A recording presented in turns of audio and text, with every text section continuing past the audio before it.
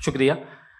जनाब जावेद अख्तर साहब कई मर्तबा दोहरा रहे हैं कि फेथ का मतलब बताइए, फेथ का मतलब बताइए। मैंने बता दिया, फेथ सही भी होता है, गलत भी होता है। और आज हम फेथ पे बात नहीं कर रहे, हम ट्रुथ और डज गॉड एग्जिस्ट पे बात कर रहे हैं। क्या डज गॉड एग्जिस्ट, ये ट्रुथ यानी गॉड है या नहीं है, इसमें से दोनों ट्रुथ क्या है। अब आप उसे फेथ कह लें, बिलीफ कह लें, नॉट माई बिजनेस। उसके बाद आपने कहा कि भाई सवाल करने से मजहब रोकता है। मैं कहता हूं जो रोकता है वो रोकता होगा, मैं नहीं रोकता। बल्कि सवाल करें, सवाल करना चाहिए। सवाल कर करके तो हम आगे बढ़ते हैं, तरक्की करते हैं, और इसीलिए मैं आज यहां पे आया हूं। लेकिन सवाल सिर्फ खुदा से नहीं होगा, आपसे भी होगा। सवाल एथिज्म से भी होगा, सवाल सिर्फ मजहब से नहीं होगा, सबसे होगा। और आज मैं सवाल करूंगा और उम्मीद है कि आप जवाब देंगे। अभी तक आपने वैसे कॉन्टिंजेंसी आर्गुमेंट का कोई जवाब नहीं दिया। चलें, आपने कहा यूनिवर्स के बारे में इटर्नल क्यों नहीं बोल देते।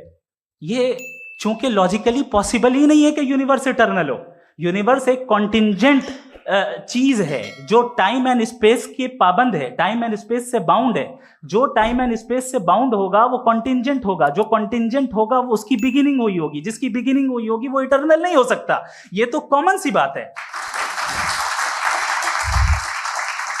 आपने कहा कि किसी मजहबी किताब में डायनासोर का जिक्र नहीं है। अफसोस कि आज तक किसी मैथमेटिक्स की किताब में मुझे डायनासोर का जिक्र नहीं मिला।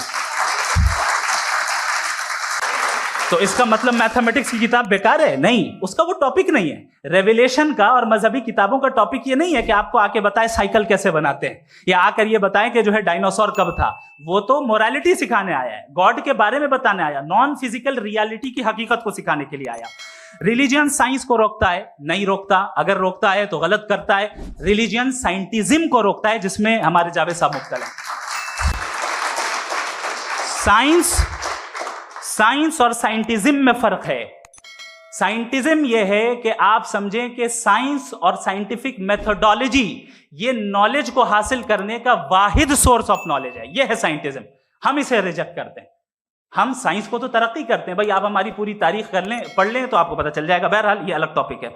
उसके बाद इन्होंने एक लफ्ज कहा, वेटिकन ने फतवा दिया। वेटिकन का फतवे से कोई ताल्लुक नहीं है, दोनों कॉन्ट्राडिक्टरी अल्फाज हैं। उसके बाद उन्होंने कहा कि भाई हमें नहीं मालूम। अगर नहीं मालूम तो क्लियरली कह देना कि नहीं मालूम है, इसमें क्या हरज है। तो वही तो मैं कह रहा हूं ना कि आप कह दें कि नहीं मालूम, लेकिन क्लेम क्यों कर रहे हैं कि गॉड एग्जिस्ट नहीं कर रहा है। आप कह दें नहीं मालूम है, हो सकता है हो सकता ना हो, लेकिन आप क्लेम कर रहे हैं। The moment you say God does not exist, this is a claim, and now the burden of proof is upon you to, जैसे हमारे ऊपर है। और क्यों